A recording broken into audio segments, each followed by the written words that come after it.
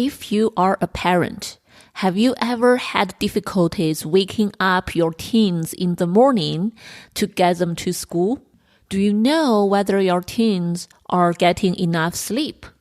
Have you noticed that your teenagers have to sleep a lot during the weekends and just cannot get up because they said they have to catch up on their sleep? California just passed a new law to push school start time later. For example, for high school, the first period start time is no earlier than 8:30 a.m. and for middle schools, no earlier than 8 a.m. So what does this do? What does later school start time do to children and teenagers? Why so many sleep specialists are pushing this policy to happen? We have the president of Minnesota Sleep Society, Julie Dahl, here today with us, sharing her insights about later school start time. Hi, Julie. Welcome to the show. Well, thank you for having me. I appreciate it. Can you please share with us what do you do day to day in your clinical work? So I'm a nurse practitioner actually in sleep medicine. I've been in sleep medicine for 17 years now almost. So I work in a clinic setting, so I focus on all areas of sleep. But I also am a board member for the Minnesota Sleep Society, which is a board of professional sleep specialists here in the state of Minnesota. And I've been the president for the last 2 years, and our board has been advocating for later start times here actively for the last 4 years. Although we've had several members who've been working with schools even prior to that. Wow. So you are a very experienced sleep specialist. And you mentioned over the past 4 years, there has been some focus or interest on this changing school start time for children and teenagers. And what made it happen? What made you passionate or interested in that, involved in that topic?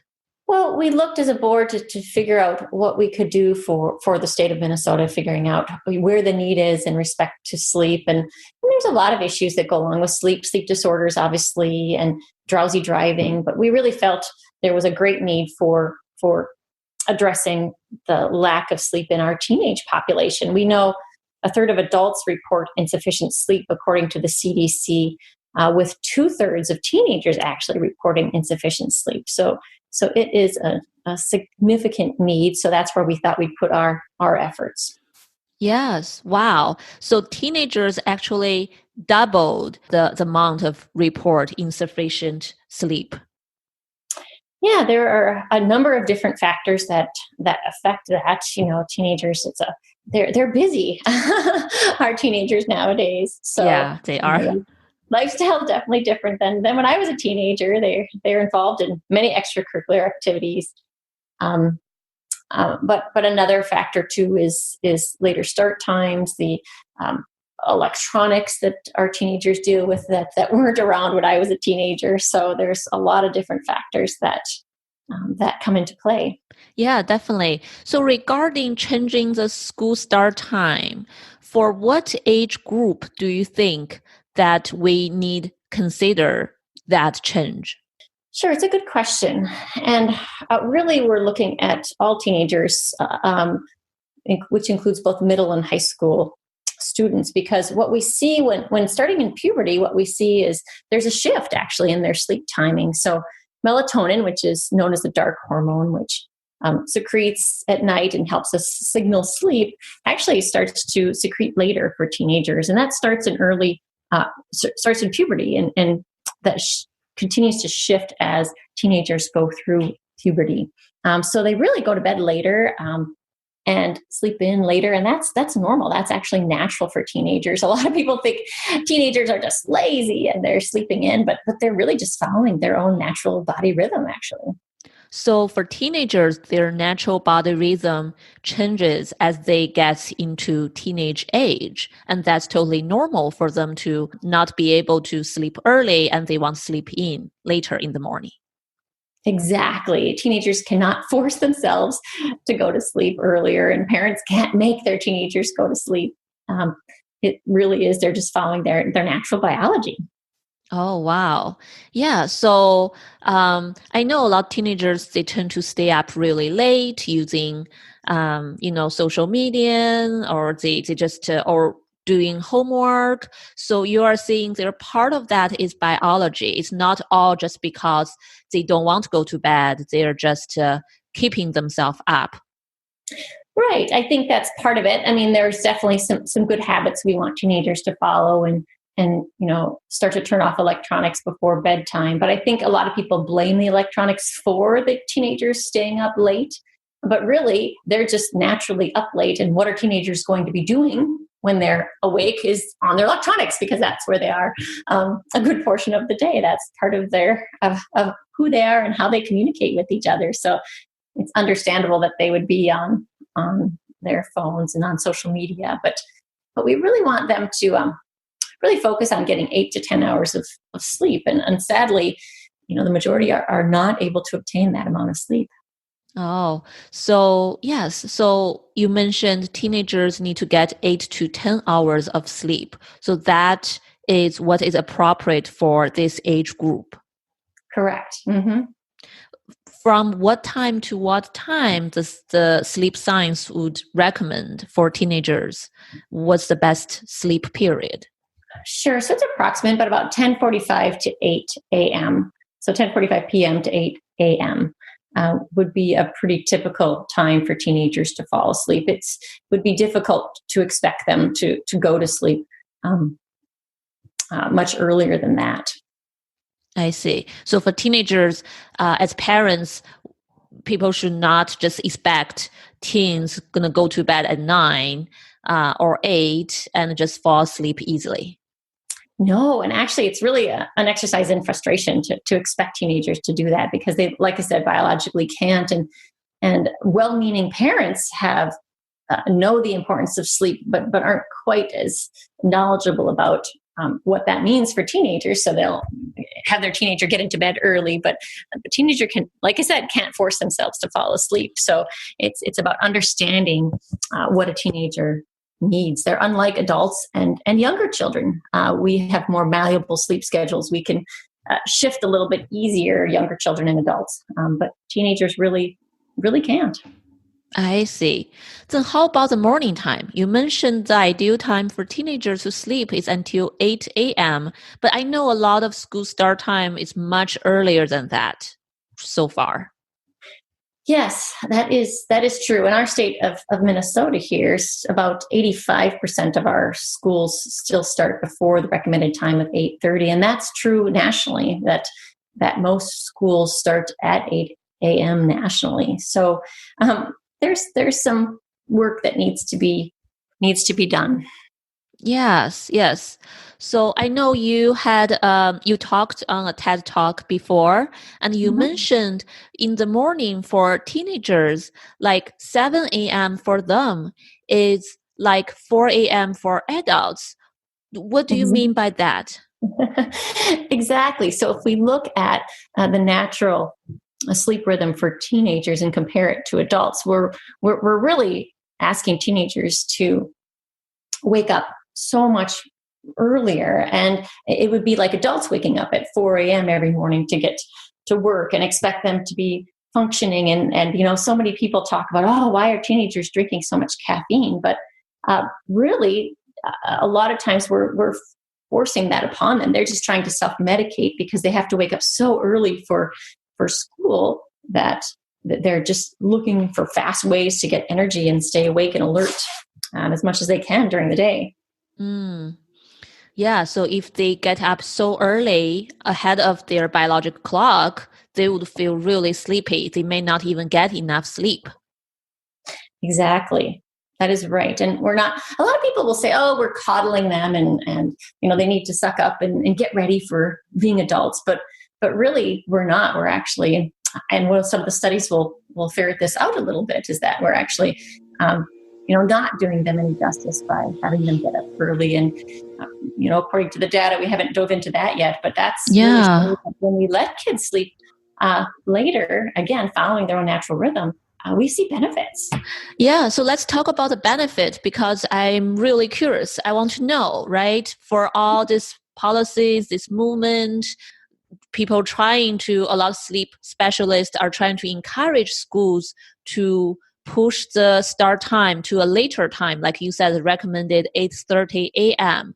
What are some benefits if that really happen?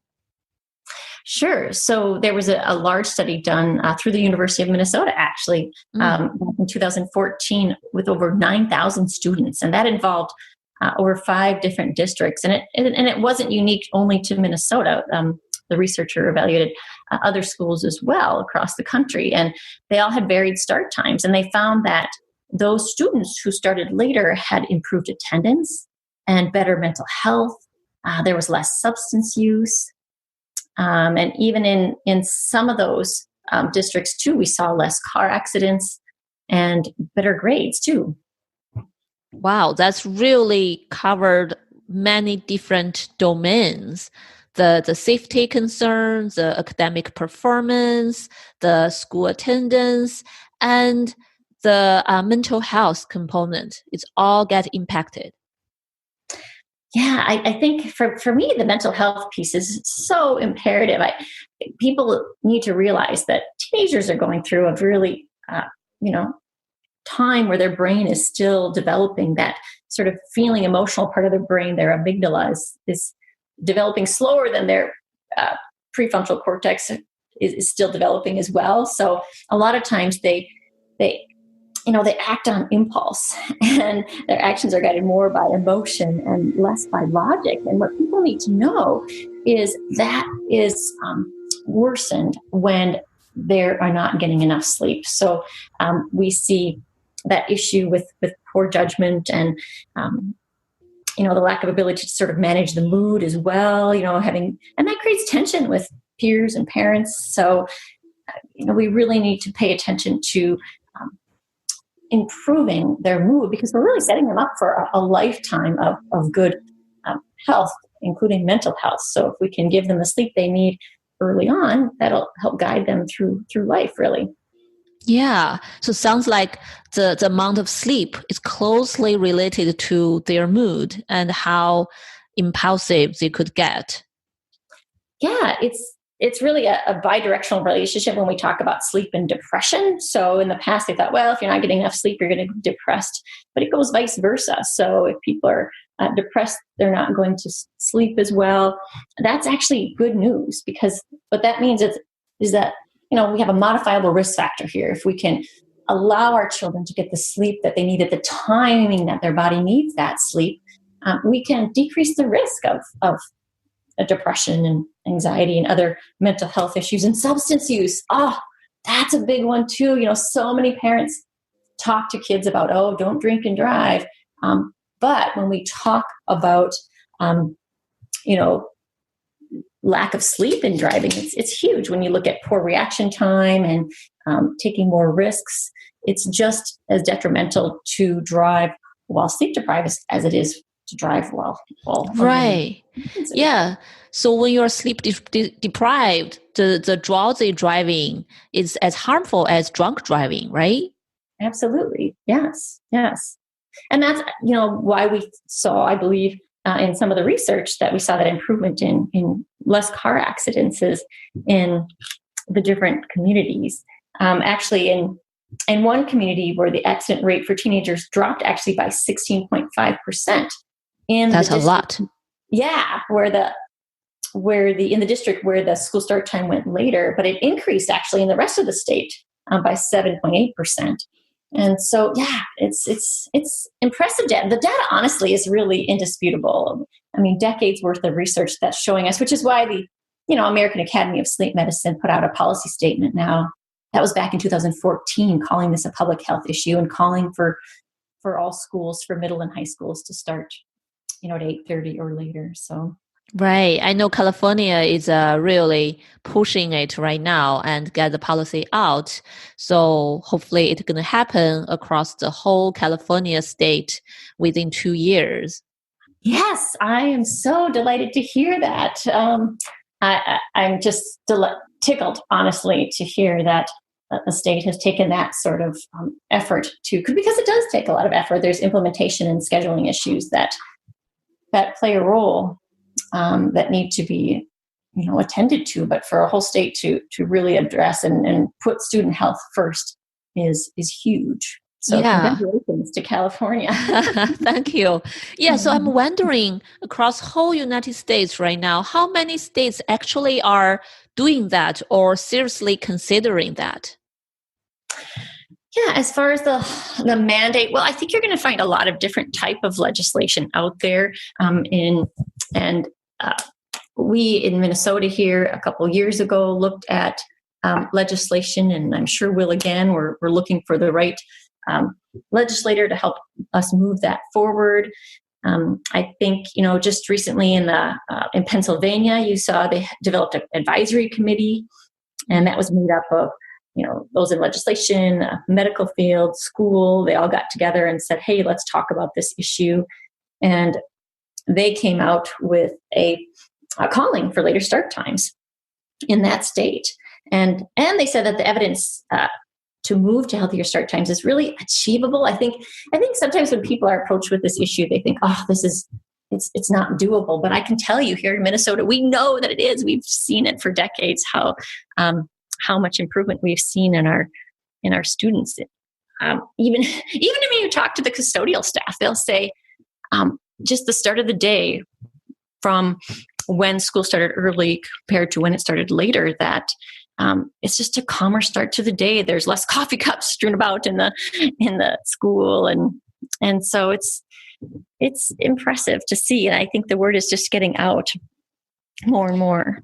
Yeah, and it's amazing that we can start seeing all these consequences, what happened after school actually start later. Yeah, I think one big piece I don't know if people quite understand as much as I would like them to is it's not always just about the amount of sleep, but the timing of sleep. What we saw when we adjusted school start times is that kids did sleep more. I think that's a common misconception is people say, "Oh, teenagers will just stay up later and sleep in," but they don't. They actually do get more sleep, and they require less weekend sleep. So that's a marker that we use that indicates, if they're getting adequate sleep during the week, then they don't need as much sleep on the weekends. So it's that timing of sleep that's so important. We want to go to bed at a time our body wants to go to bed and wake up at a time our body is ready and refreshed. Wow, that's very important to know. I would assume a lot of parents or teachers will have the same worries, right? If you just let them have the choice to sleep in the morning, they may just do whatever at night. But sounds like actually teenagers, they really use the time to catch up on sleep.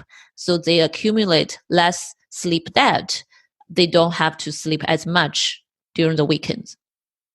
Right, exactly. And, I think any program that is looking at later school start time, whether it be, legislation or individual schools, really needs to be combined with good education about what are good sleep habits, allowing enough time for sleep, allowing your body to go to sleep at the same time and get up at the same time every day, avoiding caffeine and all those different issues that affect your sleep at night, exercising too late. So you really need a combined education program along with a later school start time. But yeah, in general, teenagers do naturally get more sleep. Yes, I like what you just mentioned, the education piece. So I want to ask a little bit more of that. So the audience, no matter they are teenagers or parents who are listening right now, I want them to learn a little bit more. So let's say if a state incorporates the policy and the school start time get pushed later at night, what teenagers or parents should be aware of? What are some good habits or several of the good things they really need, practice? Sure. So like I said, you need to allow enough time for sleep. And I think that's, if you're waking up with an alarm clock, then by definition, you're actually sleep deprived. So it's important to be able to allow your body enough time to be able to get the sleep that it needs. Parents need to watch for signs of inadequate sleep. For teenagers, that might be, grumpiness. It might not always be, obvious signs of being tired, but that's obviously part of it too. It might be poor grades. For younger children, a sign that they're not getting adequate sleep, it can be actually that they get hyperactive. So you really need to be aware. That's why I say education is so important to help people decide what's a priority in their family. Good time management. Like I said, our kids are overscheduled to a certain degree. So it's, you might need to adjust priorities and make sure that you make sleep one of those priorities. Yes. So is there any advice on, electronic usage to help protect this enough sleep time or sleep opportunities? Yes, certainly having a wind down period is important. And what I mean by that is, an hour or two before bed, you need to start winding down. And part of that winding down is dimming the light and ideally putting down those electronics. At the very least, there are usually most electronics have a blue light filter that you can set. Our children, set their alarm clock transitioning to sleep. And there's blue blocker, like there's glasses, so people can wear those as well, which will block the bright light if you do need to be on your electronic for homework or what have you. So, and really bedrooms, I think, are the other big thing, is bedrooms should really just be that. It should just be a room with a bed and no electronics there if at all possible. I see. So wind down and keep bedroom just for sleep. Exactly. And, I'd also say that it's important to get physical activity. I mean, exercise and sleep go hand in hand. So that it would be, getting bright light in the morning is huge. If you can combine that activity with bright light in the morning, because that can reset that clock every morning, it's super helpful. I see. That's great advice. So regarding, you just mentioned for teenagers, if they need alarm clock to wake up in the morning, they may not get enough sleep, right? Right. Exactly. I see. Yeah, because I heard about that kind of thing for children before. I never realized that may be the case for teenagers also, because I know a lot of teenagers, they have some kind of evening tendencies, and a lot of them do need a lot of alarms, even parents to get them up. It's really difficult to get them up in the morning. And what if a teenager is a natural night owl? Do they also, like, the alarm indicate some kind of sleep deprivation, or there are other explanations? I want to be clear that all teenagers by nature are night owls. Some of them have what we would call delayed sleep phase, where it might even be later than the average teenager. So, those teenagers might even have a more difficult time getting to bed at a reasonable time and waking up at I don't want to say reasonable, I guess what conventionally we see as a time to wake up for school. So there can be sleep disorders that are involved that can make that night owl shift even later. I see. Yeah. So parents should really watch out and understand what's happening, what's really going on with their teenagers regarding sleep. With their child. Yeah. And I think I always want to talk about naps, because people talk about, how about napping, instead of changing school start times, how about we make sure there's time for that.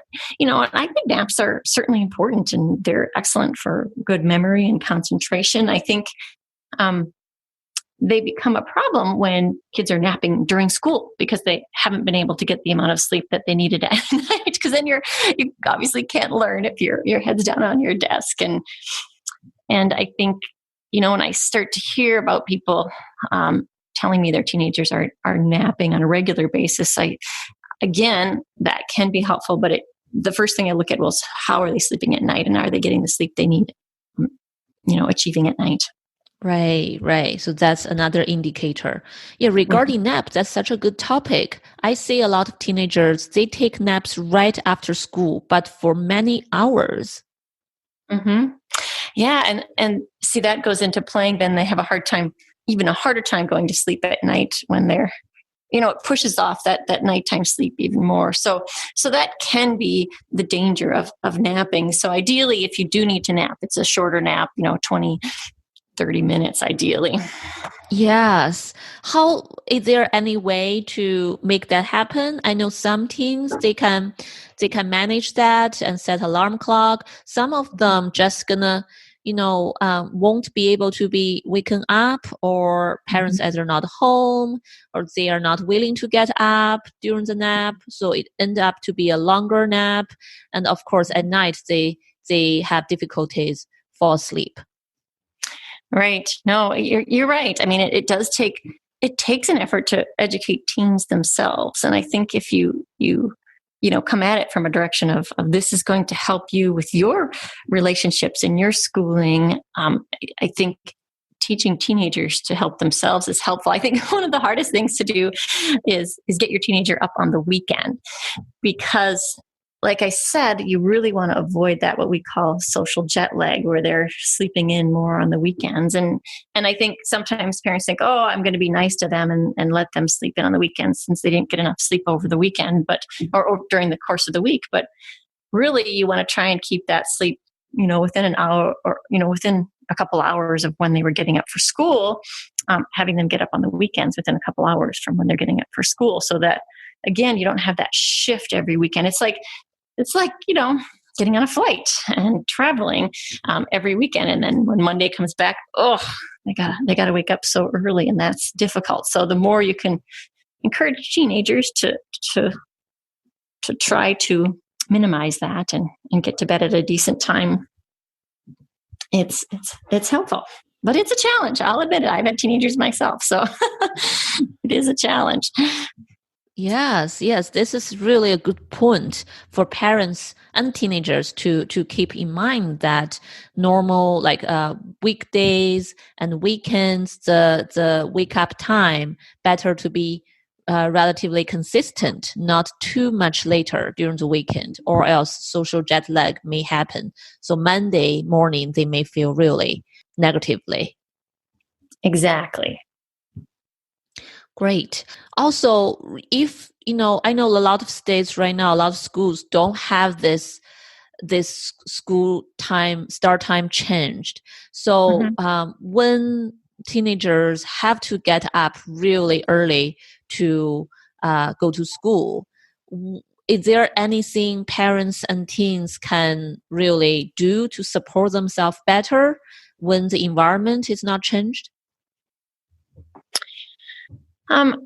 Well, like I said, some of those hints I talked about earlier, as far as, getting physically active, and because that'll help your sleep at night, avoiding the bright light. There's, those are the things you can do. And I think when I talk to schools, they'll say, oh, well, we'll work on these habits. But really, honestly, the best thing you can do is encourage your school to move to later start times. And that's, because that's really what's going to help. That's going to have the biggest impact in your community. Is really, it's really counterproductive for us to send our kids to school early, as they're not going to learn as well as if they're well rested. So, yes. So sounds like the policy change is so necessary. We really want to slowly push it to, hopefully eventually all schools will adopt this kind of new policy to really help with our children and teenagers to get more and more sleep. Yes, and there's more and more school administrators who are looking at doing that, putting the needs of those students first. And it does take strong leadership and good communication, because you want to look at the situation from all sides and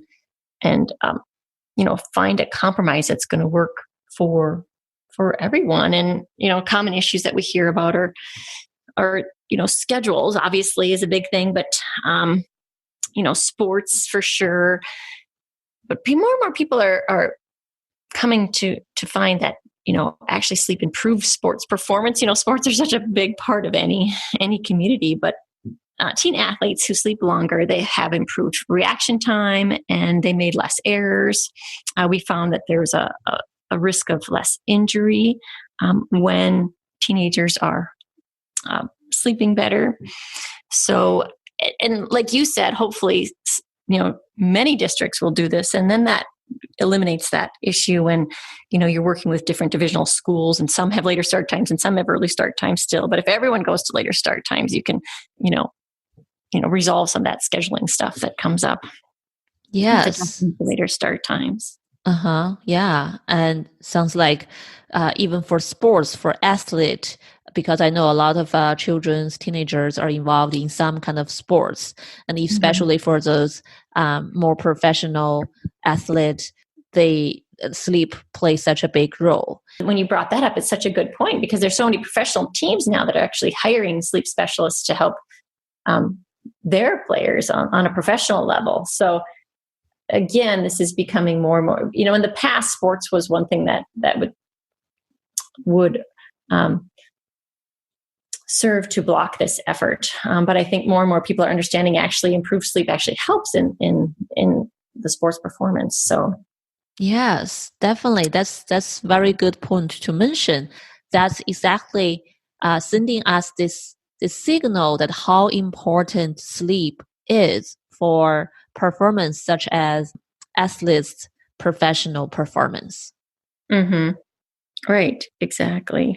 What if we start school later, like 8:30 or later, then how many more minutes we may actually give our children and teens to make all this positive impact happen? Well, there's been so many different studies, so it's hard to answer that, with a specific time, because there's so many different studies that adjusted their start time, even by as little as 15 minutes, some by almost an hour.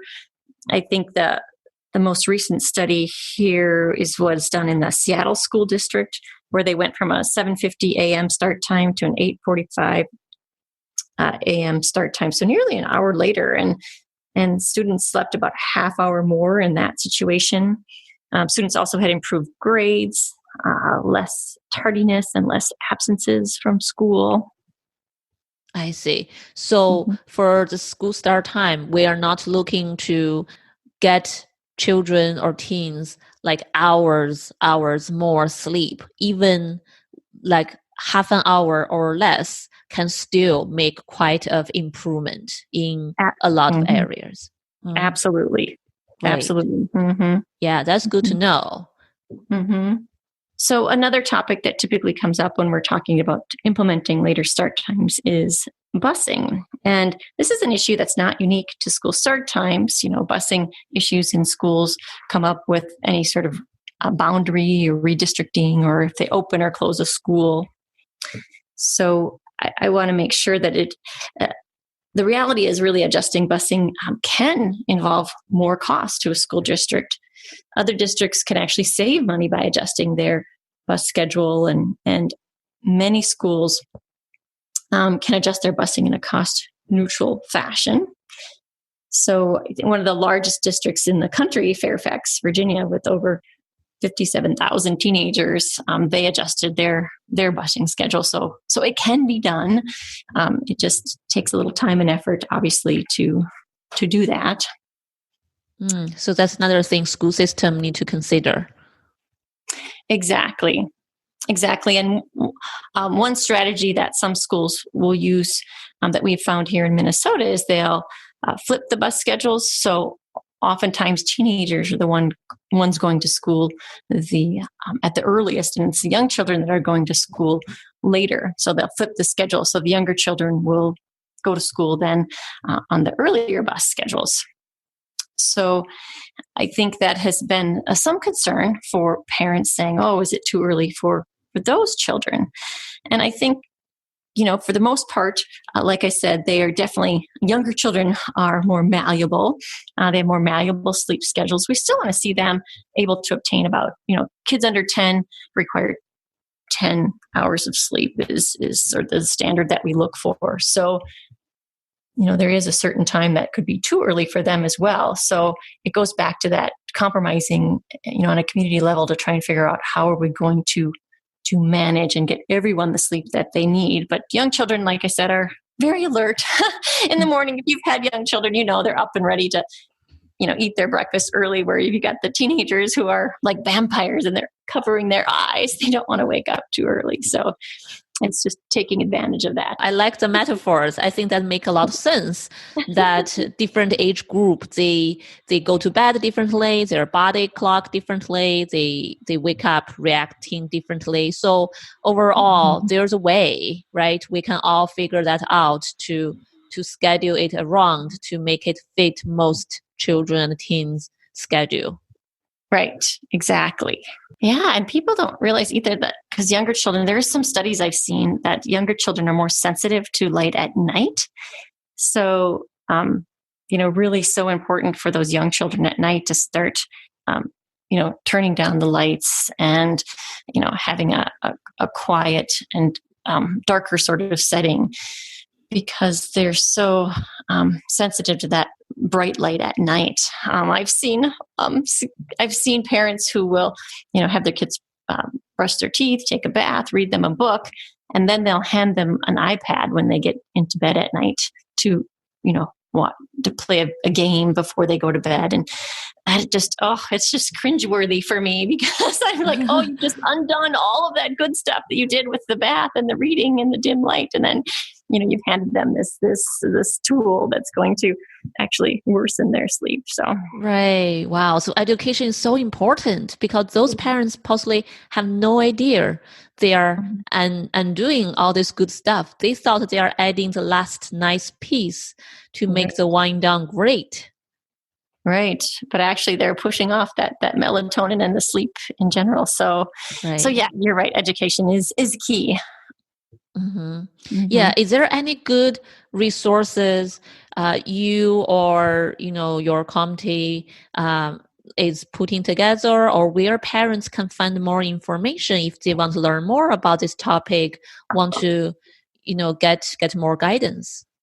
Oh, yeah. There's tons of good information out there. We have for the Minnesota Sleep Society, we have at mnsleep.net, we have a teen sleep loss toolkit, which has a section specifically for parents that will go through the different sleep topics and good sleep habits and why you want to adjust to improving their sleep. Also, Start School Later is a fabulous resource for information for maybe individuals and school districts who would like to help their school start later. The American Academy of Sleep Medicine, under Your Sleep.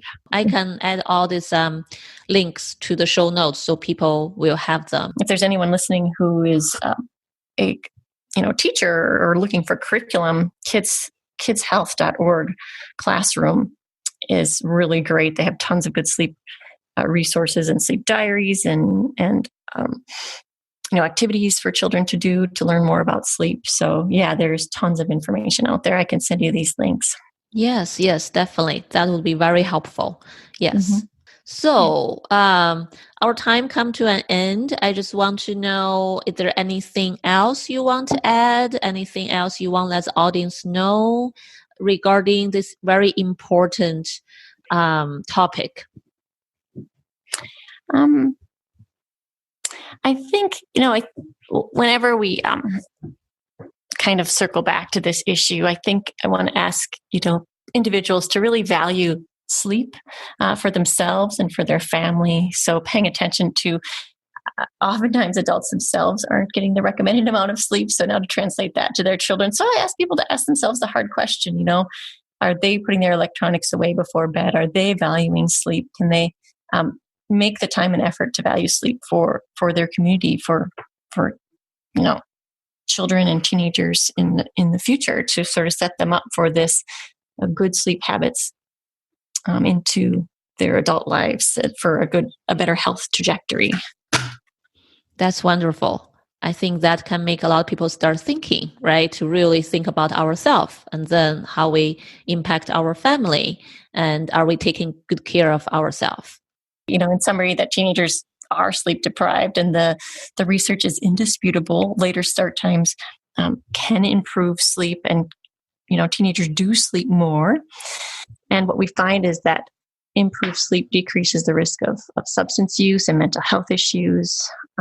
And really, improving sleep requires engagement on the part of everyone, really, teenagers, families, and communities, to really see a positive change. So wonderful information shared by Julie Dahl, the current president of Minnesota Sleep Society, about later school start time. Just like what she pointed out, there has been so many research showing such positive impact of later school start time to our children and teenagers across all areas of functioning, mental health and physical health. So hopefully all school districts one day in United States will be able to incorporate such policy to help teenagers and children get better and more sleep. Currently, I serve as a committee member in the outreach department within Society of Behavioral Sleep Medicine.